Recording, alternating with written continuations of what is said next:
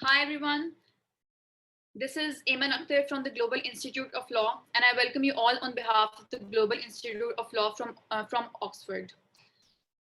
Today we are going to shed some light on a very important topic, which is the Noor Muqaddam's case, which became a highlight of Pakistani media on 21st July 2021.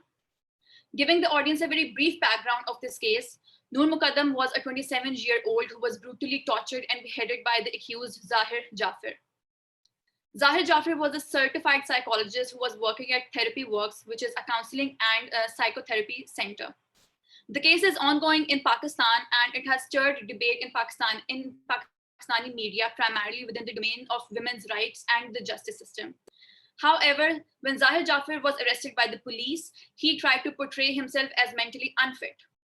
To examine whether Zahir Jaffer was mentally unfit or not, a team of psychologists conducted some tests and deemed him fit and able to stand for the trial. Keeping this background in view, an important question arises, which needs to be pondered upon, that how far our justice system can tackle the culprits who portray themselves as mentally unfit in order to escape from accountability of our justice system for their actions. In this regard, and to answer this very important question, we have an esteemed clinical psychologist with us. Welcome, Aisha Shiraz.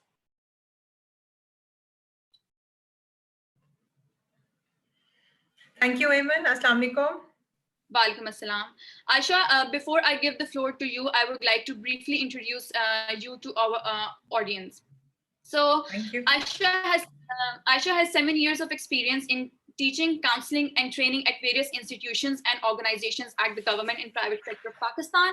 She joined the University of Central Punjab in 2014, and since then she has been involved in teaching, supervising research projects, and administrative services. She also attains membership of American Psychological Association. Due to her diverse experience, she understands the dynamics of human cognitive and behavioral psychology and has special interest in dealing with clinical and subclinical mental disorders. Her expertise in this area will very much help us understand the cases where the accused, such as Zahir Jaffer, as in Noor Muqaddam's case, fall back on the defense of being mentally unfit for trial of their offense. Aisha, we are so glad to have you here. Over to you. Thank you, Ayman. So grateful. Actually, आप एक main introduction तो दे चुकी हैं जिस case को रखकर मैं अपने लेक्चर को आगे लेके जाऊंगी. बेसिकली आज इस नूर मुकद्दम का, जाहिर जाफिर का जो केस है, इसके एक ऐसे डिमेंशन को मैं हाईलाइट करने की कोशिश करूंगी, इंट्रोड्यूस करने की कोशिश करूंगी कि जहां पर हम वैसे तो सारी डिटेल्स जानते हैं कि हुआ क्या था, what happened, who was the murderer or victim कौन, ये सारी चीजें हम सबके we are very well aware of through the social media and of course हमारा जो टीवी है उससे हमें न्यूज से हमें ये सारी खबरें मिलती रही हैं. बट एक एस्पेक्ट है कि जब हम इनके ट्रायल्स कर रहे होते हैं, जो मर्डर है, जिस केस को जो हम इन्वेस्टिगेट कर रहे होते हैं, उसकी असेसमेंट कर रहे होते हैं कि किन किन चीजों का हमने थोड़ा सा ज्यादा ख्याल करना होता है. तो यहाँ पर एक साइकोलॉजिकल पॉइंट ऑफ व्यू, जिसको हम मिलिंगरिंग का नाम देते हैं, उसको मैं थोड़ा सा जरा एक्सटेंसिवली डिस्कस करना चाहूंगी. वैसे तो इसका बैकग्राउंड यही है, ऑफ कोर्स जो मिलिंगरिंग का कॉन्सेप्ट है, जो मेरे दिमाग में आया कि आज मैं इस पे बात करूं, इस पे कुछ इसकी तफसीलात आप लोगों के साथ शेयर करूं. वो यही था कि जब जाहिर जाफिर की जब इसकी असेसमेंट हो रही थी, इसकी मेंटल स्टेबिलिटी की असेसमेंट हो रही थी, सो he was giving certain answers to project himself that he is not mentally fit. वो शिजोफ्रेनिया या साइकोसिस जैसे सिम्टम्स को एग्जिबिट कर रहा था ताकि लोगों को ये यकीन दिला सके that he is not mentally fit और maybe he has some psychological issues. इस कंपोनेंट को जब कोई इंसान साइकोलॉजिकली या फिजिकली अपने इंटेंशनली किसी एक्सटर्नल गेन के लिए अपने सिम्टम्स को फेक करे या उसको ऐसे रिप्रेजेंट करे कि जैसे वो बीमार है, उसको हम मिलिंगरिंग का नाम देते हैं. अब इससे कुछ रिलेटेड कॉन्सेप्ट्स हैं, वो मैं अभी आप लोगों के साथ शेयर करूंगी थ्रू माय प्रेजेंटेशन. सबसे इंपॉर्टेंट तो इसकी ये बैकग्राउंड है कि एक तो चीज ये है कि हम काफी बहुत ही ज्यादा ना एक सैडिस्ट किस्म की कहानियां सुन रहे हैं, जिसमें एक आदमी एक औरत को या तो टॉर्चर करता है, उसको मार देता है, चाहे बच्चों से रिलेटेड है, औरतों से रिलेटेड है, यानी कि ह्यूमन राइट्स की जिस तरह वायलेशंस हो रही हैं. और फिर लोग पकड़े भी जाते हैं, लेकिन कहीं ना कहीं मिस डायग्नोसिस ना हो जाए, कोई अंडर डायग्नोसिस ना हो जाए, कोई ओवर डायग्नोसिस ना हो जाए. कभी कभार हमारे ही cases they are being very easily rubbed off from the slate just because की प्रॉपर असेसमेंट नहीं हो सकी और उनको प्रॉपर जिस तरह उनको जो होना चाहिए था, उनके जो ट्रायल्स होने चाहिए थे शायद उस तरह नहीं हुए। खैर उसके स्टार्ट्स में तो मैं भी बाद में जाऊंगी। It's very important to discuss few of the more important questions जो मैं यहाँ पे आप लोगों के साथ डिस्कस करूंगी। क्या ये किसी के लिए मेंटल इलनेस को फेक करना क्या आसान है? कुछ एक तो पहला ये क्वेश्चन मैं यहाँ पे एड्रेस करूंगी। क्या कौन से ऐसे मेंटल डिसऑर्डर्स हैं जो इजीली फेक किए जा सकते हैं? मेरा दूसरा आप लोगों के साथ सवाल होगा जो मैं आपको इसका एड्रेस भी करूंगी, इसको डिस्कस करूंगी। और तीसरा, क्या साइकोसिस यानी कि शिज़ोफ्रेनिया या साइकोसिस के जो सिम्टम्स हैं, हाउ दे रिलेटेड टू मेलिंगरिंग। तो मेरा पहला जो सवाल है, क्या कोई मेंटल इलनेस को फेक कर सकता है? इसका जवाब है हाँ। फिजिकल सिम्टम्स को भी कर सकता है और साइकोलॉजिकल सिम्टम्स को भी कर सकता है। Please allow me to share my presentation with you. मैं यहाँ पर अपनी प्रेजेंटेशन आप लोगों के साथ क्योंकि कुछ फ्लो चार्ट्स हैं दैट वुड बी इजी कि मैं अपने कॉन्सेप्ट्स को आप लोगों के साथ इजीली एक्सप्लेन कर सकूंगी। Sure, Aisha, go ahead.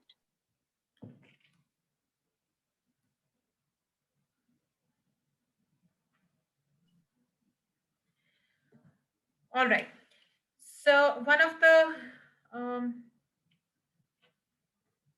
very important component के what is malingering as discussed. Malingering उसको कहते हैं कि जब आप एक इंसान intentionally प्रोड्यूस करे ऐसे सिम्टम्स जो फॉल्स हैं, कुछ ऐसे साइकोलॉजिकल या फिजिकल सिम्टम्स किसी भी एक्सटर्नल गेन के लिए। ठीक हो गया। अब एक्सटर्नल गेन्स किस किस तरह के होते हैं वो मैं आगे जो है आप लोगों के साथ शेयर करूंगी। Malingering is basically a conscious attempt to deceive people for financial gain, to avoid any dangers, for any personal benefits ये उसके साथ रिलेटेड है। क्या मेंटल इलनेस या मेंटल डिसऑर्डर को फेक किया जा सकता है? इसका जवाब जो मैंने आपको जैसे पहले बता दिया, हाँ बिल्कुल किया जा सकता है, लेकिन ये इतना आसान भी नहीं है जितना इजीली मैंने बता दिया कि हाँ ये किया जा सकता है, क्योंकि इसको डिटेक्ट करना, इसको असेस करना ये उतना ही मुश्किल, उतना ही चैलेंजिंग है और इसकी काफी एक्सपर्टीज चाहिए होती है। ये नहीं कि किसी ने कहा कि देखो मेरे 14 साल की मेरा एक्सपीरियंस है पुलिस में या मेरा 15 साल का या 20 साल का है तो मैं बता सकता हूँ ये बंदा झूठ बोल रहा है, ये सच है। इसकी एक सिस्टमैटिक, इसका एक तरीका है और ये क्लिनिशियंस ज्यादातर बेहतरीन जाते हैं जो फोरेंसिक सेटिंग में काम कर रहे होते हैं, they know how to do this. Anyways, it's not that simple. First of all it's very important कि मेलिंगरिंग को हम डिस्टिंग्विश करें कुछ रिलेटेबल कॉन्सेप्ट्स के साथ जिसके साथ यूजुअली लोग कंफ्यूज कर जाते हैं। सो यहाँ पर कोई भी जो सिम्टम्स हैं आपके साथ कोई एक्सपीरियंस होते हैं या आपको कोई आके बता रहा होता है कि फॉर एग्जाम्पल मुझे आज बुखार है या आज मेरी तबीयत नहीं ठीक है। बच्चे अक्सर औकात आपको याद होगा ईमन, हम बचपन में अक्सर का जब स्कूल नहीं जाना होता तो हम बताते थे अपने पेरेंट्स को कि हमारे सर में दर्द है, हमारे पेट में दर्द है, और हम जानबूझ के ये जो चीजें हम कर रहे होते थे और इंटेंशनली कर रहे होते थे, वॉलंटरीली कर रहे होते थे ताकि हम स्कूल ना जा सके, हम अवॉइड करें कि हमें स्कूल ना जाना पड़े या कोई टेस्ट ना देना पड़े। सो ये चीजें है, बहुत कॉमन है, लेकिन talking about in criminal justice system ये थोड़ा सा एक्सटेंसिव काम है, क्योंकि जब एक बड़ा आदमी जब इस तरह के सिम्टम्स शो कर रहा होता है उसके साथ साथ क्या क्या चीजें एसोसिएटेड है, I think they are very important to discuss. So जो भी एक्सपीरियंस है, जो भी सिम्टम्स एग्जिबिट कोई कर रहा होता है, बता रहा होता है, उसके दो बेसिक डायमेंशंस है, या तो वॉलंटरी है या तो इनवॉलंटरी है। अब इनवॉलंटरी में जो बेसिक फिजिकल या साइकोलॉजिकल सिम्टम्स के साथ कोई आता है उसकी बेसिकली उसको भी हम 3 कैटेगरीज में डिवाइड करते हैं। पहला है आपका फिजिकल सिम्टम्स के साथ। अगर ये कोई कहता है कि भाई मुझे फिजिकल सिम्टम्स है, मुझे पेन है, मुझे लेथार्जी है, मेरा एक बाजू काम नहीं कर रहा, नम हो चुका है, पैरालिसिस का है, तो वो फिजिकल सिम्टम्स की शिकायत कर रहा है। उसके पीछे बेसिकली कोई जनरल मेडिकल कंडीशन एसोसिएटेड नहीं होता यूजुअली, लेकिन it's more psychological in nature, लेकिन वो जानबूझ के नहीं कर रहे होते, उनको वो सबकॉन्शियस या अनकॉन्शियस लेवल पर अपने जो सिम्टम्स हैं वो एग्जिबिट कर रहे होते हैं, mostly revolving around the concept of physical symptoms, जिसको हम सोमैटिक सिम्टम डिसऑर्डर कहते हैं। फिर दूसरा आपका इनवॉलंटरी में जो आपकी कैटेगरी आती है वो न्यूरोलॉजिकल सिम्टम्स की होती है। न्यूरोलॉजिकल मीन्स कि जब आप अपने मोटर या सेंसरी सिम्टम्स में कोई डिसफंक्शनैलिटी या इंपेयरमेंट शो कर रहे हो, तब आप उसको कहते हैं कि इसको न्यूरोलॉजिकल कोई डिसऑर्डर है, फंक्शनल न्यूरोलॉजिकल डिसऑर्डर, जिसको कन्वर्जन डिसऑर्डर भी कहा जाता था, इसको इस चीज की बीमारी है। अगेन ये इनवॉलंटरी है, यानी कि सबकॉन्शियस या अनकॉन्शियस लेवल पर इंसान कर रहा है।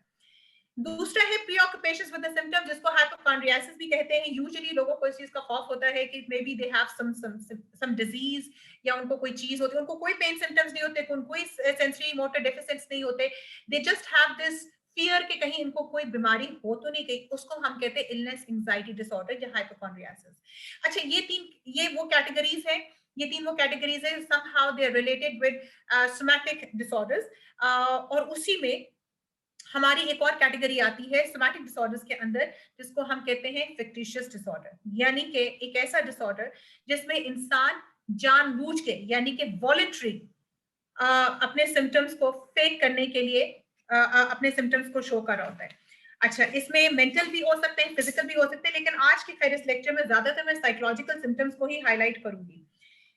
फिक्टिशियस डिसऑर्डर में भी दो तरह के होते हैं, एक वो कि वो फेक करते हैं कि वो खुद बीमार है, और दूसरा ये होता है कि वो दूसरों को बताते हैं कि वो शख्स बीमार है, यानी कि कोई बच्चा बीमार है। जैसे एक माँ ने अगर अटेंशन सीख करना है या सिंपैथी किसी की लेनी है, तो वो ये बताएगी कि मेरा बेटा जो है या मेरी बेटी जो है वो इस उम्र की है और वो बीमार है, ताकि लोग उसको वो सिंपैथी दे सके, वो उसको अटेंशन दे सके। सो फिक्टिशियस डिसऑर्डर भी दो तरह के हैं कि जहां पे आप फिजिकल या साइकोलॉजिकल सिम्टम्स को फेक करते हैं in order to get sympathy, in order to get some attention, यानी कि इसमें कोई गेन नहीं है और ये एक साइकोलॉजिकल डिसऑर्डर है।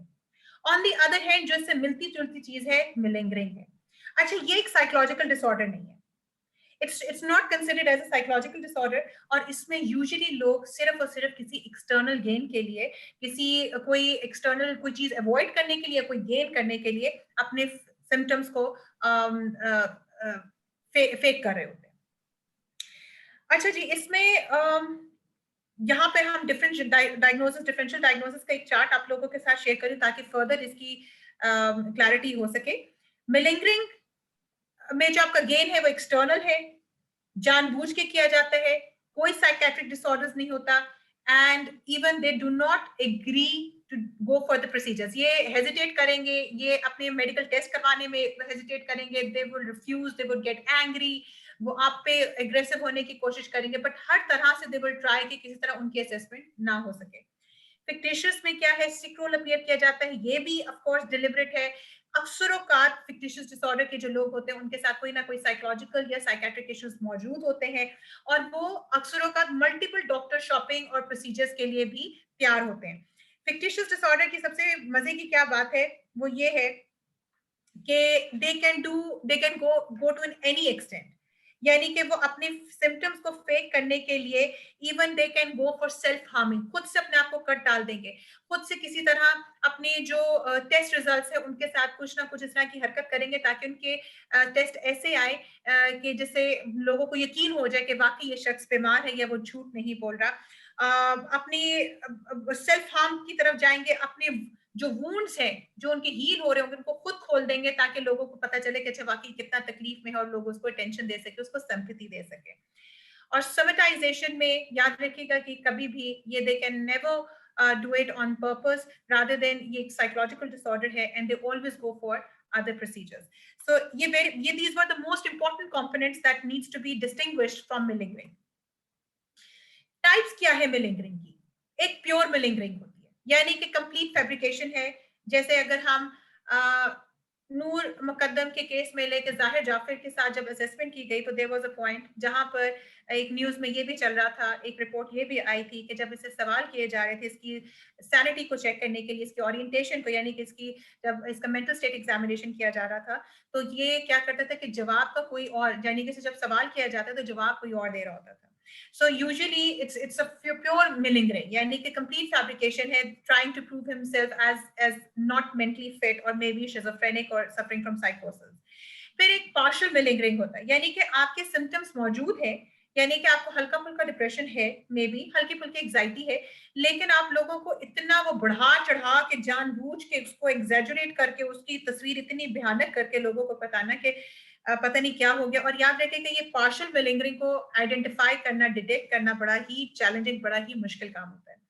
फिर एक फॉल्स एम्प्यूटेशन का नाम है, जहां पर जिसको हम एवेल्युएट कर रहे होते हैं वो इंटेंशनली अपने कॉज को तब्दील कर देता है। इसकी मिसाल ऐसी है कि जैसे अगर कोई कहे कि मुझे पोस्ट ट्रॉमेटिक स्ट्रेस डिसऑर्डर है, पहले किसी जगह पे वो बताता है कि मुझे ये डिसऑर्डर इसलिए है या मुझे पोस्ट ट्रॉमा इसलिए है क्योंकि मेरा कार का एक्सीडेंट हुआ, लेकिन अब 2 महीने के बाद या 6 महीने के बाद कोई और शख्स किसी और प्लेटफॉर्म पर उससे कोई पूछा जाता है तो वो अपने कॉज को चेंज कर देता है और कहता है कि नहीं, मुझे तो ट्रॉमा इसलिए हुआ कि किसी ने मुझे हरास करने की कोशिश की। सो ये फॉल्स इम्प्यूटेशन है। फिर एक नेगेटिव मिलिंगरिंग होता है, यानी कि हाइड करना सिम्टम्स को या मिस रिपोर्ट करना सिम्टम्स को, which is also somewhere related to pure malingering. लेकिन ये तो बिल्कुल ही उसका एक तरह से एक अलग डिमेंशन है कि जिसमें आप कोई अंडर रिपोर्टिंग कर रहे हो अपने सिम्टम्स को, ताकि अगर फॉर एग्जाम्पल अगर आपको थेरेपी दी जा रही है, आपको मेडिकेशन दी जा रही है और आप उसके सिम्टम्स आप बेहतर हैं, अब आप पहले से आपका डिप्रेशन लेवल एक बेहतर है, लेकिन आप ये हाइड करें और कहें कि नहीं नहीं मेरा तो अभी भी वैसे ही है और मैं अभी भी उतनी ही बीमार फील कर रहा हूँ या कर रही हूँ, सो इसको नेगेटिव मिलिंगरिंग कहते हैं। डेटा टेम्परिंग, ऑफ कोर्स अपने टेस्ट रिकॉर्ड्स को, इंस्ट्रूमेंट्स को, जैसे थर्मामीटर है उसके साथ कुछ छेड़खानी करना ताकि आपके जो डेटा है वो ही खराब आए। स्टैगिंग इवेंट्स, इस तरह की केयरफुली प्लानिंग करना कि किसी तरह आपको चोट लग जाए, आप गिर जाए, आपको इंजरी हो जाए, तो इस तरह की चीजों की वजह से भी ये लोग जो है ये मेलिंगरिंग के टाइप्स में भी एक चीज आ रही होती है। दे ऑलवेज, ज्यादातर दे मेकअप दे हिस्ट्रीज, इनको कभी कभार ये भी ये बता रहे होते हैं, इतनी फेक करते हैं कि कभी इनको शायद कैंसर था कभी बचपन में, या इनको कभी टीबी भी रहा या XYZ, just to gain the attention, और इस तरह की बहुत सारी इस तरह की चीजें कर रहे होते हैं जहां पर जस्ट टू प्रूव देमसेल्फ के हाँ हमारे साथ पहले भी कुछ इस तरह की चीजें थी और वो अभी तक चलती आई, that's why we are unfit. इसके अलावा this is the most important one, इसका मैग्नीट्यूड क्या है इस प्रॉब्लम का। It's 1% it exists in the civilian context, 5% exists in the military context, 10 to 20% in medical legal settings है, 13% in patients in emergency settings जैसे आपके hospitals में है, and this is the most important one, 32 और किसी कुछ research data तो इसको 48% पे पहचानता है कि कुछ countries में कुछ जगहों पर इसको आपके जो मिलिंगरिंग के केस है forensic settings में, क्रिमिनल जस्टिस सिस्टम में वो तकरीबन 48 to 68 के दरमियान में फॉल इन कर रहा है। So this is the most important one कि कितना ये को अकरिंग कितना एक इंपॉर्टेंट एलिमेंट है जिसको फोरेंसिक सेटिंग में specially in justice criminal justice system में इसको स्टडी करना, इसको रिवाइज करना कितना इंपॉर्टेंट है। इसके सिम्टम्स क्या क्या हैं जो मिलिंगरिंग के साथ लोग होते हैं, they are basically they are going to go to any length to hide that they are deceiving, that they are lying, they are basically fabricating the whole symptoms. They're very clever, they're very उनकी बड़ी convincing किस्म की medical और psychological problems होती है, याद रखिए कि बड़ी extensive knowledge होती है।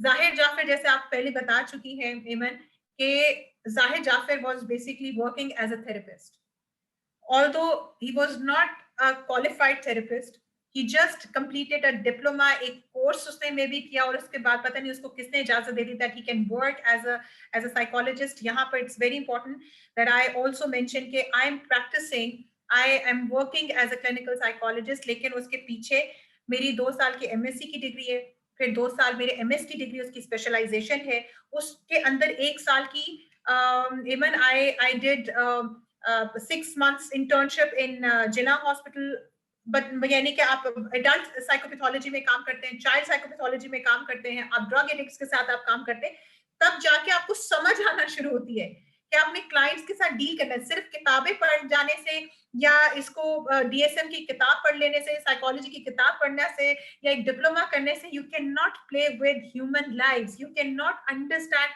Human psychology. इवन आज भी मैं पढ़ती हूँ, आज मैं सीख रही हूँ, इवन दो कि मेरी 4 साल की मास्टर्स की डिग्री और 2 साल की स्पेशलाइजेशन है, उसके बावजूद मुझे ऐसा लगता है still need to learn a lot before I assess and say anything और जज एनी और मेक एनी डायग्नोसिस। मुझे बहुत सारी केस स्टडीज को पढ़ना पड़ता है।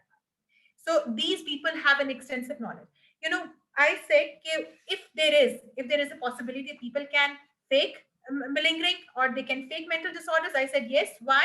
Because आपकी जो लिटरेचर भरा पड़ा हुआ है, आपके फॉर एग्जाम्पल किसी ने मुझे आके ये बताना है कि मुझे मेजर डिप्रेसिव डिसऑर्डर है या मुझे डिप्रेशन है, उसके सिम्टम्स आपके सारे गूगल पे पड़े हुए, आप अभी जाके निकालें कि डिप्रेशन को डायग्नोज करने के लिए उसके सिम्टम्स क्या क्या होते हैं, 1 2 3 4 5 6 कितनी कंसिस्टेंसी होनी चाहिए, कितने सिम्टम्स है, कितने उसमें रिक्वायर्ड है कि आपका डिप्रेशन का डायग्नोसिस जो है वो वैलिड हो जाएगा, कितने अरसे तक परसिस्टेंट रहना, आपने बोलना क्या है, प्रेजेंट कैसे करना है, ये सारा लिटरेचर तो पढ़ा हुआ है।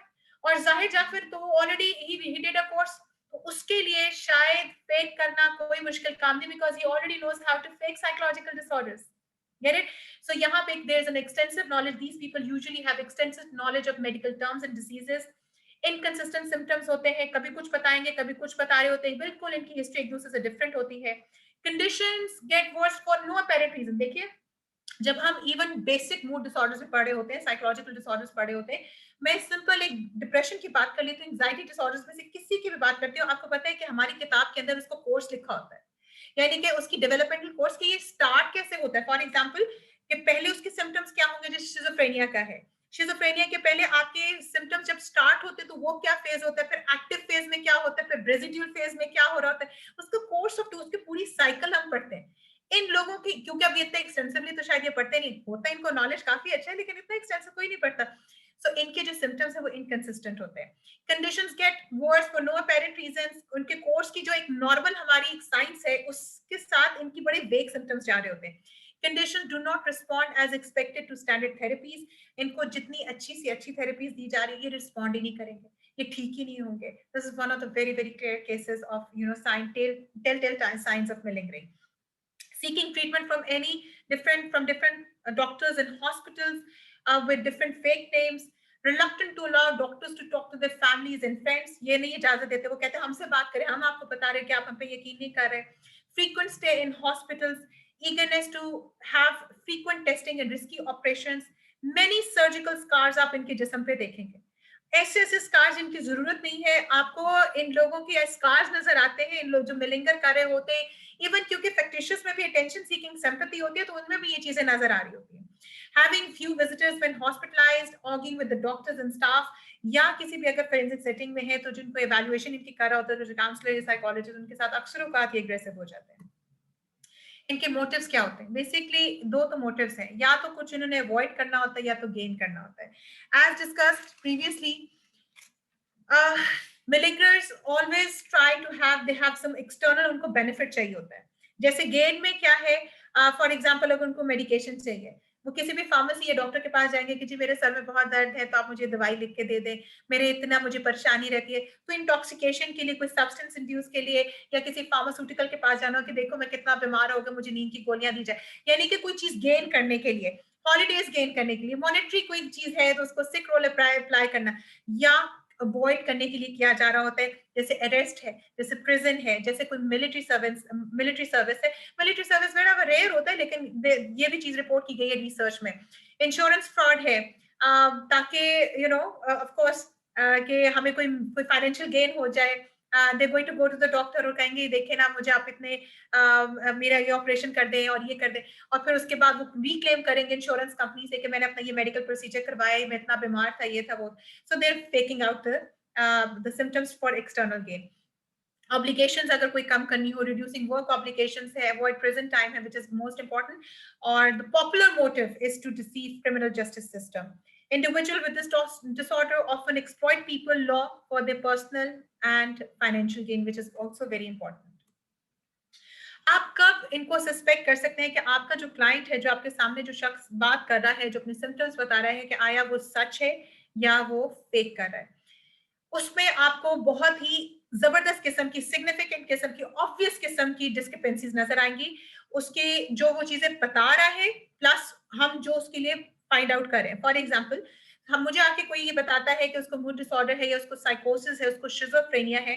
कोई भी शिजोफ्रेनिया का शख्स या किसी को डिल्यूजन्स है, हेलुसिनेशंस है, तो हमें उसको पता होता है कि उसके कोर्स की, डेवलपमेंट कोर्स या उसके सिम्टम्स की जो मैनिफेस्टेशंस है किसी भी कल्चर में, वो कैसी होती है। अब व्हाट इफ ही क्लेम्स कि किसी को, एक मैं एग्जांपल देती हूँ, किसी को डिल्यूजन है, परसिक्यूटरी डिल्यूजन है। अच्छा जी, वो आपको बता भी रहा है कि जी मुझे परसिक्यूटरी डिल्यूजन है, मुझे ऐसा लगता है कि लोग मुझे मारना चाहते हैं, मुझे ऐसा लगता है लोग मेरे पीछे पड़े हुए हैं, कोई मेरी फैमिली को हार्म करना चाहता है, एक्स वाई जेड कुछ भी, और बड़े आराम से वो आपको बता रहा है। पैरानॉइड डिल्यूजन है, पैरानॉइड डिल्यूजन में कभी भी जो क्लाइंट्स हैं, जो जिनको ये डिल्यूजन होते हैं, वो इतने खुल के बताना नहीं चाहते, वो बड़े हेजिटेट करते हैं शुरू में, लेकिन ये लोग आपको बड़े खुल के आराम से बता रहे होंगे सो एक कुछ ऐसी चीजें हमारी ऑब्जेक्टिव एक ऑब्जर्वेशंस होती है उनकी बॉडी लैंग्वेज की, उनकी वॉइस टोन की, इन सारी चीजों की, जिससे हमें पता चल रहा होता है कि वो जो चीज बता रहे हैं प्लस जो हम उसको ऑब्जेक्टिवली जैसे उसको देख रहे हैं कि क्या आया वो चीजें मैच कर रही हैं कि नहीं कर रही। उसके अलावा फॉर एग्जाम्पल इसी को मैं फर्स्ट पॉइंट को ही लेती हूँ कि फॉर एग्जाम्पल कोई कहता है परसिक्यूटेड डिलूजन है। अगर मैं कहती हूँ कि अच्छा जी आपको पुलिस ढूंढ रही है, अभी बाहर पुलिस ही अभी घूमी है और उसको कोई रिएक्शन ही नहीं आ रहा, अब किसी को एक्चुअली अगर किसी को परसिक्यूटेड डिलूजन है और उसको ये खौफ है कि मुझे कोई मारना चाहता है, कोई लीगल अथॉरिटीज मेरे पीछे पड़ी हुई है, वो मुझे अगवा करना चाहती है XYZ, तो उसको तो डरना चाहिए, उसको तो चौंक जाना चाहिए, लेकिन उसको तो कोई इसके सिम्टम्स ही नहीं आ रहे, उसको तो कोई एंग्जाइटी नहीं हो रही। सो कुछ चीजें ऐसी चीजें होती हैं कि जहां से हम उसको पकड़ सकते हैं कि अच्छा ये शायद मेलिंगरिंग का केस हम डील कर रहे हैं।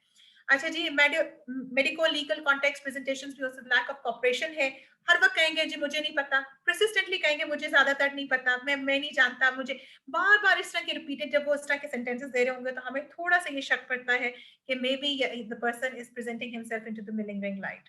Anti social personality disorders usually अपने आप को इस तरह शो कर रहे होते हैं कि हम तो वैसी चोरियां करते थे, हम तो वैसी लोगों को चीजें तोड़ फोड़ करते थे, because they know it कि इस तरह की anti social personalities are very common और they are psychological disorders जिसकी institutionalization की फिर जो है वो दिया जाता है कि they should be very well evaluated from a team of psychologists। जो साइकोलॉजिकल कंडीशन से ज्यादातर लोग मिलिंगर करते हैं, फेक करते हैं, ADHD, कॉन्डक्ट डिसऑर्डर, डिप्रेसिव जिसके साथ साइकोसिस बहुत इंपॉर्टेंट है, मूड डिसऑर्डर्स में जिसमें आ जाता है, obsessive compulsive disorder, post traumatic stress disorder, साइकोसिस है, और बहुत तरह के सुसाइडेबिलिटी थॉट्स के ऊपर है कि लोग ये कहते हैं कि मुझे तो सुसाइड थॉट है, मैं तो खुदकुशी कर लूंगा, एक्सरसाइज, इस तरह की चीज लोग अक्सर फेक कर रहे होते हैं। इनकी हिस्ट्री में क्या है? Typically The Milingers have a history of multiple arrest। अगर आप जाहिर जाफिर का भी अगर आप देखें तो उसका अल्कोहल अब्यूज, ड्रग अब्यूज, औरतों के साथ जिस तरह वो पहले भी कर चुका है, सोशल मीडिया पे काफी इसकी चैट्स जो थी वो आई थी कि बहुत ही अब्यूसिव किस्म की लैंग्वेज वो खवातीन के साथ इस्तेमाल करता था, प्लस उसकी ड्रग हिस्ट्री जो है वो तो खैर सबको ही अब पता ही होगी, और they do have this certain kind of very strong history इनकी ऐसी होती है। refute or crime refute or confirm patient's information, provide additional information, lack of cooperation, non compliance show कर रहे होते हैं, they have history of substance abuse, antisocial acts, psychiatric illnesses, prior functioning of the patient is very important। for example somebody is saying it कि मुझे depression है और काफी ज्यादा है, तो हम उससे पूछेंगे कि आपको ये डिप्रेशन कब से शुरू हुआ, क्या हुआ, तो वो आपको जो भी हिस्ट्री बता रहा होता है। याद रखिए कि साइकोलॉजी में ना एक बड़ी इंपॉर्टेंट कंपोनेंट होता है जिसको हम प्री मॉर्बिड पर्सनालिटी कहते हैं। प्री मॉर्बिड पर्सनालिटी क्या होती है कि फॉर एग्जांपल आपको एक ना नजर आ रहा होता है कि ये कोर्स जो था ये पहले से शुरू इंसान का शुरू हो चुका था।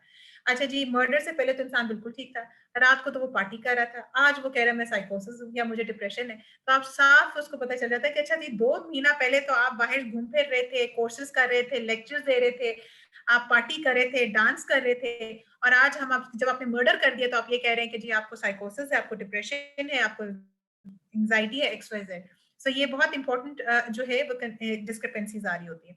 Evidence of claimed disability, of course उसका हम जो है फॉर एग्जांपल कोई भी डिसेबिलिटी है उसकी एक हम एविडेंस जितना भी कंप्लीट करने की कोशिश करें, चाहे वो हम लेबोरेटरी टेस्ट करें, ब्लड टेस्ट करें, कुछ भी जैसे भी मैक्सिमम हम हिस्ट्री टेकिंग कर रहे होते हैं कि जो भी उसकी क्लेम डिसेबिलिटी है उसकी हम वैलिडिटी को आइडेंटिफाई करने की डिफरेंट रिसोर्सेज से कोशिश कर रहे होते हैं। इंटरव्यू टेक्निक्स में ज्यादातर वी फोकस ऑन के ज्यादातर मिलिंगरिंग की जो इंटरव्यू टेक्निक्स है they should be very long and detail.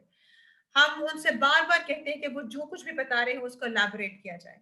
यहाँ से हमें कुछ चीजें बहुत ही इंपॉर्टेंट जो चीजें हैं हमें नजर आना शुरू हो जाती हैं कि क्या आया the person is you know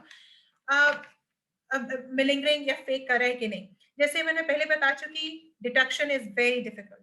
मिलिंगरिंग को डिटेक्ट करना बहुत मुश्किल होता है क्योंकि हम इस चीज के साथ भी डर रहे होते हैं कि कहीं हमसे फॉल्स डायग्नोसिस ना हो जाए, कहीं हम अपनी बायसेस ना लेकर आ रहे हो, कहीं हम we have to be very very careful, so it's not that. लेकिन देयर स्टिल फ्यू थिंग्स जिसे that we should be looking for, और हम ये कह सकते हैं कि that may raise the probability that we dealing with the malingering. Double check करना होता है for the consistency, details and accuracy, यानी कि बार बार इंटरव्यूज लेंगे, देखेंगे कि कोई डिस्क्रिपेंसीज तो नहीं आ रही, confront non-threatening way of inconsistency. अगर inconsistency आ भी रही है, for example एक जगह पे उसने कोई और बात की, फिर कहीं और जगह पे किसी और लम्हे पे वो कोई और बात कर रहा है, तो हमने उसको confront करना होता है in a not threatening way, कि आपने अभी तो ये बात बताई थी उस दिन और अब आप मुझे ये डिटेल बता रहे हैं, ये क्या है, मतलब आपने उस क्लैरिफिकेशन आप कर रहे होते हैं. Solve continue interview yes or no questions despite resistance. ये जैसे मैंने पहले बताया कि मिलिंगर्स जो होते हैं ज्यादातर resist करते हैं, क्वेश्चंस के आंसर्स नहीं दे रहे होते, they try to not to they avoid giving answers. तो ये ज्यादातर हम यस नो में लेके जा रहे होते हैं ताकि कुछ तो बताएं, कुछ तो बोले, कुछ तो यस और नो में ही बात करें. साथ साथ हम उनके speech, facial expressions, body language को साथ साथ देख रहे होते हैं, तेज तेज बोल रहे हैं, किस पिच पे बोल रहे हैं. फॉर एग्जांपल एक डिप्रेशन का पेशेंट है, अगर वो बहुत ज्यादा पढ़ के भी आया तो उसको पता हो वो ये चीज शायद ना पढ़े. ये हम क्लिनिकल एक्सपीरियंस में हम देखते हैं कि डिप्रेशन का पेशेंट कभी तेज तेज नहीं बोलेगा, ऊंचा ऊंचा ज्यादातर नहीं बोलेंगे.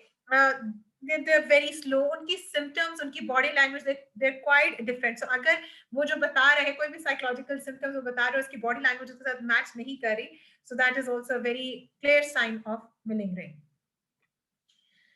यहाँ पर जब भी हम किसी को असेस करते हैं, चाहे फोरेंसिक सेटिंग में हो, चाहे क्लिनिकल सेटिंग में हो, people are coming to us faking symptoms just to highlight, just for any financial gain, for anything. मे भी हमारे पास आ जाएंगे, साइकोलॉजिस्ट के पास आ जाएंगे, देखिए जी मैं बहुत बीमार हूँ, मुझे डिप्रेशन है, आप मुझे कुछ दवाई लिख के दे दें, मुझे कोई थेरेपी लिख के दे दें, कुछ भी ऐसा कुछ कर दें.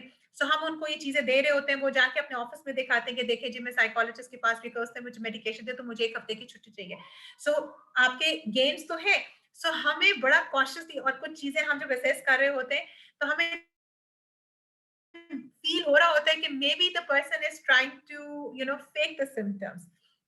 हमारे लिए कॉशियस किया जाता है, हमें सिखाया जाता है, हमें पढ़ाया जाता है कि हमने किन किन चीजों को, चाहे फोरेंसिक सेटिंग है चाहे क्लिनिकल सेटिंग, किन चीजों का ख्याल रखना है.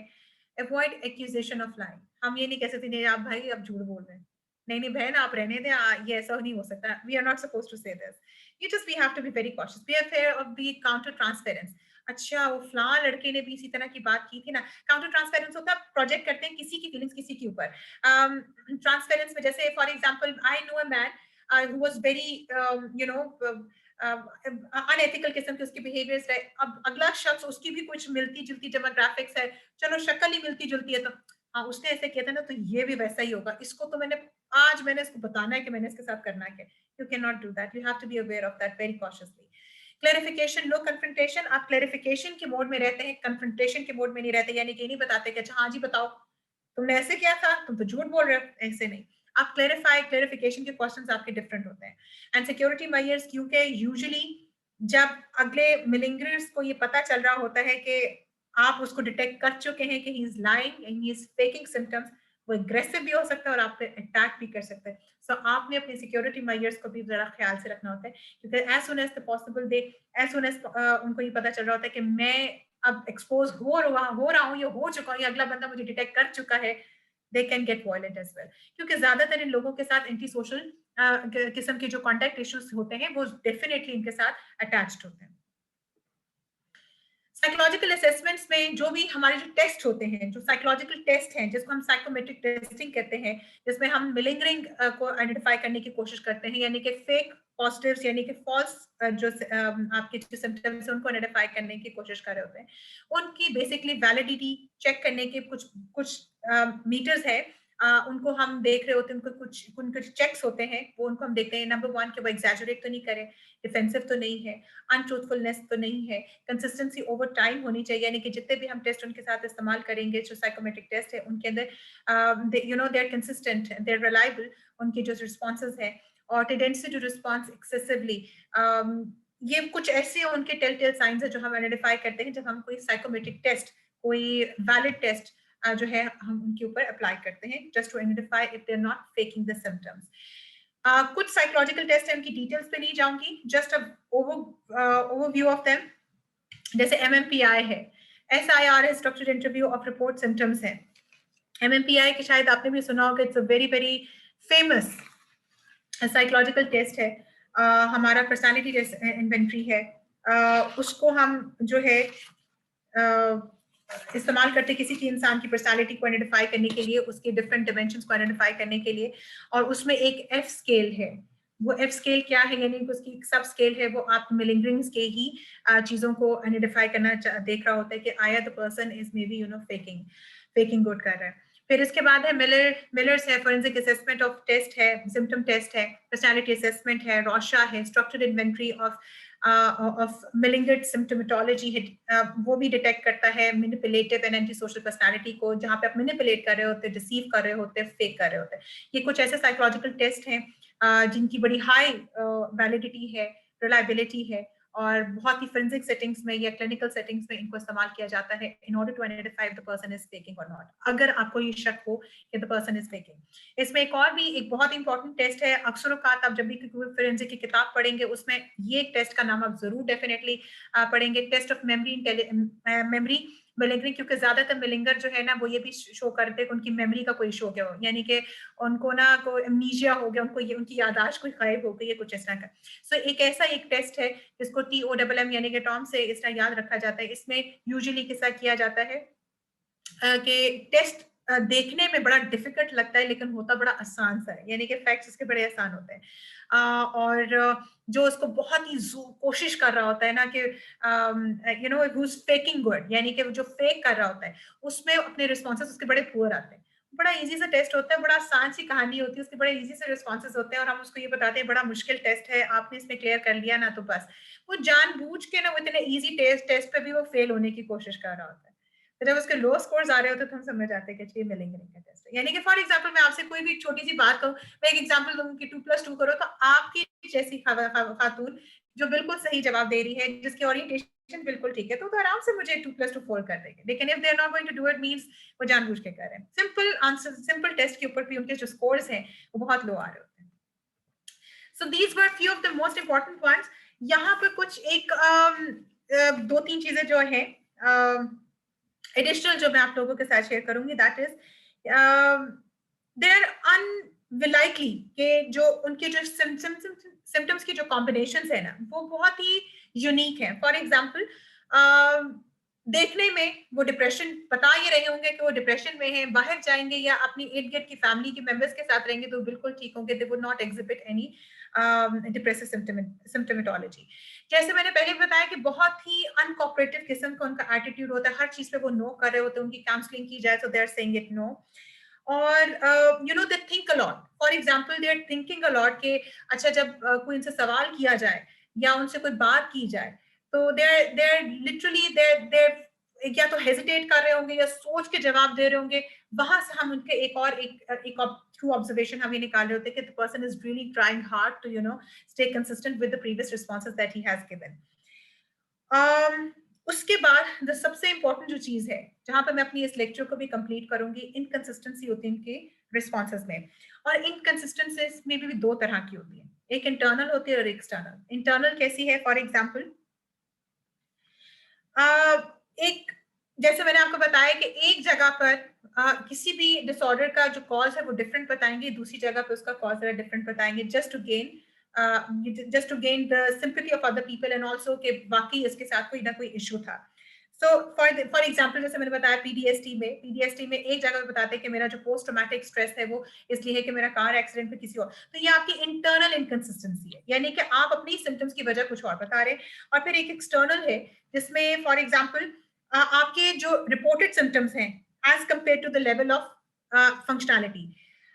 आप बता रहे हैं कि आपको डिप्रेशन है, लेकिन आप वही जैसे मैंने पहले बताया कि आप 2 हफ्ते पहले तो आप पार्टी में थे, उससे पहले आप लेक्चर्स दे रहे थे, फ्रेंड्स के साथ घूम फिर रहे थे। और फिर एक है आपका जो दूसरा इनकंसिस्टेंसी एक्सटर्नल है, that is reported symptoms compare to the observe symptoms, यानी कि हम जैसे आपको देख रहे हैं कि आपकी बॉडी लैंग्वेज और जो सिम्टम्स आप बता रहे हैं they are not consistent. So these are the few the most important points जहां पर हम देख रहे होते हैं कि आया द पर्सन इज फेकिंग और बाकी क्या ये रियल सिम्टम्स हैं कि नहीं है। सो मेरा इस लेक्चर का इस मिलिंगरिंग के ऊपर बात करने का सिर्फ एक ही मकसद था कि कहीं कोई ऐसी चीजें जब हम अपनी इन्वेस्टिगेशन में कर रहे होते हैं, हम अपने क्लाइंट्स को देख रहे होते हैं फोरेंसिक सेटिंग्स में खास तौर पर, इस तरह के जब हम केसेस को देख रहे होते हैं which are rising at alarming rate around the globe, even Pakistan में भी। आपको पता है कि एक जर्मन राइटर ने कहा है कि Pakistan is ranked as the 6th country जहां पर horrific crimes, barbaric crimes, ये कैनिबलिस्टिक क्राइम्स जो हैं दे आर ऑन राइज, जहाँ पे औरतों के साथ बहुत ज्यादा एक वायलेंस है, जहाँ पर उनके साथ एक बहुत ज्यादा, मुझे ऐसा लगता है, I would call it unfortunate जो है एक्सीडेंट्स हैं, वहां पर assessment, proper assessment, law justice का पूरे ट्रायल्स का होना कितना इंपॉर्टेंट है. I think I have just given my small intimacy input just to highlight. एक मिलिंगरिंग का भी कॉन्सेप्ट है. आई होप नोबडी गेट्स किसी का गलत डायग्नोज, अंडर डायग्नोसिस ना हो, ओवर डायग्नोसिस ना हो, या what we call it, they are not masking it, they are repairing it absolutely, in the light of having some psychological disorder, but actually they're absolutely fine and they're just avoiding the trial, they're avoiding the sentence, they're avoiding the jail, and also so on and so forth. So false diagnosis, of course, it's very important to identify. And I just request all the people, concerned individuals who are working in forensic setting, कि इसकी evaluation, it requires extensive research, extensive experience, evaluation, assessment procedure. इसको जरूर इसको पढ़ने की जरूरत है, ताकि वही वाली बात है कि कोई मिस डायग्नोसिस ना हो जाए, कोई अंडर डायग्नोसिस ना हो जाए, कोई ओवर डायग्नोसिस ना हो जाए. And justice should be served to each and every individual of Pakistan, especially. Thank you. Thank you, Eman. Thank you, Aisha, so much for this comprehensive analysis with respect to Noor's case. And we are so glad to have this insightful presentation from your side, because I think the topic is very important and we need to have like a deeper examination on this case. So if you allow me, I have a couple of queries which I would like to ask, and I think those queries would also help our viewers understand the topic more clearly. So the question which I had was that you, in your presentation slides as well, you mentioned that there is a very blurred line of differentiation when it comes to malingering on one hand and fictitious disorder on the other hand. So I really wanted to understand, and I hope you can answer this, that how do you differentiate between fictitious disorder on one hand and then malingering on the other hand, and how is this differentiation apparent when it comes to tests which are being conducted by the psychologists? So if you can just shed some light on this differentiation, it would really help us understand the topic more deeply. Right. Even जो fictitious disorder है, पहला तो है कि एक disorder है, it's a psychological issue. Disorder वो होता है जिससे आपकी जिंदगी की सारी functionality there impaired, it's distressful, it's dangerous, it's deviant. यानी कि वो आपकी psychological disorder है, क्योंकि उसमें सिर्फ fictitious में सिर्फ sympathy gain है, attention gain है. That is it. You're not doing it for any external gain. Malingering is not a psychological disorder and it is only done for external gain. This is the basic difference. Malingers हमेशा external gain के लिए कुछ ना कुछ कर रहे होंगे, to avoid the sentence, to avoid work obligation, something. वो external gain उसमें होगा. Fictitious में कोई external gain नहीं, just sympathy है कि बस मुझे हर कोई attention देता है. They don't want money, they don't want anything, कुछ ऐसी चीज नहीं होती. So how do you ascertain whether there is some external gain attached to the accused? खुद बताते हैं. खुद वो मतलब for example, नूर मकदम के केस में साहिर जाफर जब वो ये he was saying it, for example, आपकी जो disorganized speech है, schizophrenia का एक बहुत strong एक diagnostic criteria है disorganized speech का. जब उससे कोई सवाल किया जाता था तो इधर-उधर के जवाब देने की कोशिश कर रहा होता था. He was trying to put himself into the light where he appears schizophrenic maybe, यानी कि psychosis के symptoms को exhibit करने की कोशिश कर रहा था. वहां पे हम सबकी अपनी clear judgment है. He is doing it for an external gain. वहां पे it's very clear observation. ये हमारी अपनी clear external observation हो रही होती है. Plus वही वाली बात है कि it's very difficult to detect. It's malingering, especially in clinical assessments. Especially in clinical. कि for example forensics को तो हम 1 मिनट के लिए छोड़ देते हैं. लेकिन जब हम clinical में हम जब देख रहे हो किसी को भी कि आया the person is fictitious disorder के साथ है या malingering के साथ है, तो जो fictitious के साथ है उसकी बड़ी long history होती है. उसने पता नहीं कुछ ना कुछ वो आपको पता चल रहा होता है, उसके घर वालों से पता चल रहा होता है, उसकी ऑब्जर्वेशन से. बहुत सारी इस तरह की 4-5 चीजें होती हैं जो मैंने जैसे पहले मेंशन की कि वो अपने सिम्टम्स को एग्जैजरेट करते हैं, फॉल्सिफाई कर रहे होते हैं, अपने टेस्ट इंस्ट्रूमेंट्स को उनको टेम्पर कर रहे होते हैं. सेल्फ हार्मिंग में निकल चुके होते हैं, खुद से अजीबो गरीब किस्म की ना स्टोरीज बना रहे होते हैं and so on so fourth, और वो डॉक्टर शॉपिंग के लिए भी तैयार हो, यानी कि डिफरेंट टेस्टिंग के लिए भी तैयार हो जाए कि हाँ हमारी मेडिकल एवेल्युएशन भी करवा ले, हमसे टेस्ट भी करवा ले। अब क्या करेंगे कि अच्छा कोई किसी को बताया कि मुझे चक्कर आते हैं, अच्छा अगर वो डायबिटिक पेशेंट है तो कुछ जानबूझकर या तो वो दवाई नहीं लिया जाएगा, या वो इंसुलिन नहीं लेगा, या वो ज्यादा इस तरह की शुगरी चीज ले लेगा जिससे उसकी तबीयत खराब हो। यानी कि ये सेल्फ हार्म पे इस हद तक चले जाते हैं कि मैं आपको बता नहीं सकती। मिलिंगर्स नहीं करेंगे, वो टेस्ट को अवॉइड करने की कोशिश करेंगे, वो आपको जवाब देने से अवॉइड करेंगे, वो अपनी हिस्ट्री को बहुत ज्यादा डिटेल यानी कि बहुत वेग रखेंगे, स्पेसिफिकेशंस नहीं देंगे।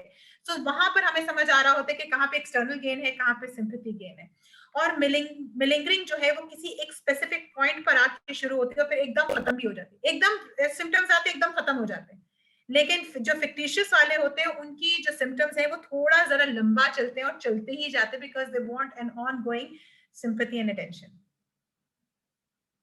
ठीक है आयशा, आई थिंक डिफरेंस तो क्लियर हो गया between factitious and disorder and malingery, but I also wanted to understand कि if a person is diagnosed with factitious and disorder, so उसमें like जो gain होगा उनका, that's like personal gain, whether it's to gain sympathy or whether it's to gain attention or whatever it is. So if a person is diagnosed with fictitious disorder, uh, will he or she stand trial or not? Yes, definitely. Anything that you are faking and intentionally produced, they should absolutely be treated as any other individual. And I think यहाँ पर जो हमारे lawyers हैं, doctor Zubair है, he can even better highlight के जो जो जिस इंसान का ये चीज एवेल्युएट हो जाए तो person is absolutely fit for trial 101%। They are fit for trial because they are doing it intentionally, वो जानबूझ के कर रहे हैं। हाँ अलबत्ता अगर अनकॉन्शियस लेवल पर, अगर जैसा मैंने वो आपको डायग्राम में दिखाया था, इलनेस एंजाइटी डिसऑर्डर है, हाइपोकॉन्ड्रियासिस है, कन्वर्जन डिसऑर्डर है, सोमैटिक सिम्टम डिसऑर्डर, जो अनकॉन्शियस लेवल या सबकॉन्शियस लेवल पर वो सिम्टम्स आ रहे होते हैं, लेकिन उनके भी पीछे कोई जनरल मेडिकल कंडीशन शो नहीं हो रही होती, और लेकिन साइकोलॉजिकल स्ट्रेस की वजह से they are more exhibiting it on the unconscious level, वो they are not fit for trials. अलबत्ता anybody who is intentionally producing the symptoms, they are absolutely fit for trials. Okay. Aisha, मेरा एक और सवाल था. I wanted to ask how much the medical system in Pakistan is equipped to conduct such psychological tests. Yes. I am very confident that things are absolutely improving, but still these things needs to be highlighted, especially in the forensic settings, क्योंकि I am not very sure कि forensic settings में malingering को या fictitious disorder की assessment कैसे की जा रही है। I'm aware of the fact कि हमारी forensic setting में, हमारे justice system में psychologist जो है वो hire किए जाते हैं ताकि वो किसी specific case को evaluate करें, उसको assess करें और उसके ऊपर एक proper अपनी एक report जो है वो जमा करवाएं। हमारे जो पर्सनल, हमारी जो क्लिनिकल सेटिंग्स हैं, ऑफ कोर्स हमारी जो लैब्स हैं, दे quite updated, but still I think जो गैप्स हैं, they still exist, and I'm here to share this thing with so much of proud to Pakistan is absolutely on the progressive line. Okay, it's really good to know this. Also, if like you were following up the Zahir Jafar's case and the team of psychologists which was formed, you mentioned particular categories of malingering, like there's complete and then there's partial one. So on partial which one, pure negative. Sorry. On which one did Zahir fall, like the pure malingering or the partial malingering? I am not sure on that because obviously the report, I am not aware of the report कि क्या report जमा करवाई गई, क्या उसकी telltales या जिसकी detail report जो उसकी observations हैं वो मेरे हम तक नहीं पहुंची, वो rather I think वो किसी भी social media के platform पे या कहीं भी वो available नहीं है, it's just only related to कि उन्हीं के पास है जो file है. I don't know really, and if I'm just afraid, अब जो चीज मुझे लास्ट जो पता चली थी कि उसकी जो मेडिकल जो साइकोलॉजिकल उसकी एवेल्युएशन थी, दैट उसमें ये आया था that he is fit for trial, कोई साइकोलॉजिकल उसको प्रॉब्लम नहीं है. So that is the case of, yes, apparently that's the case of pure positive malingering, क्योंकि जैसे मैंने आपको बताया जो partial होते हैं या जो false imputations के ये cases होते हैं जो बहुत मुश्किल होते हैं इनको डिटेक्ट करना, इनको वाकई डिटेक्ट करना बड़ा चैलेंजिंग होता है किसी भी प्रोफेशन के लिए, साइकोलॉजिस्ट के लिए, क्लिनिशियन के लिए, ये जरा मुश्किल होता है. बट जो प्योर मेलिंगरिंग के साथ होते हैं उनको बहुत आसान होता है, और मुझे ऐसा लगता है कि this was the case of pure malingering. He was aware of unless until I think agar it was I would say it, if he was not performing well in the near future, अगर उसके पीछे बिल्कुल साथ साथ नहीं उसकी कोई performance कोई अगर ऐसी थी, उसकी हिस्ट्री ऐसी जा रही थी, then we could say it can be of pure malingering. But at that particular moment जब उसे सवाल किए जा रहे थे, I think he was उसकी orientation बिल्कुल ठीक थी. Okay, Asha, thank you. I think this was a very important debate, and it was so crucial for our viewers to know about this rather important topic. And I think we will have more discussions with you in future as well. For now, we have to end it. And Doctor, if you have anything to say, otherwise we are going to end this session. Thank you, Emma. So grateful.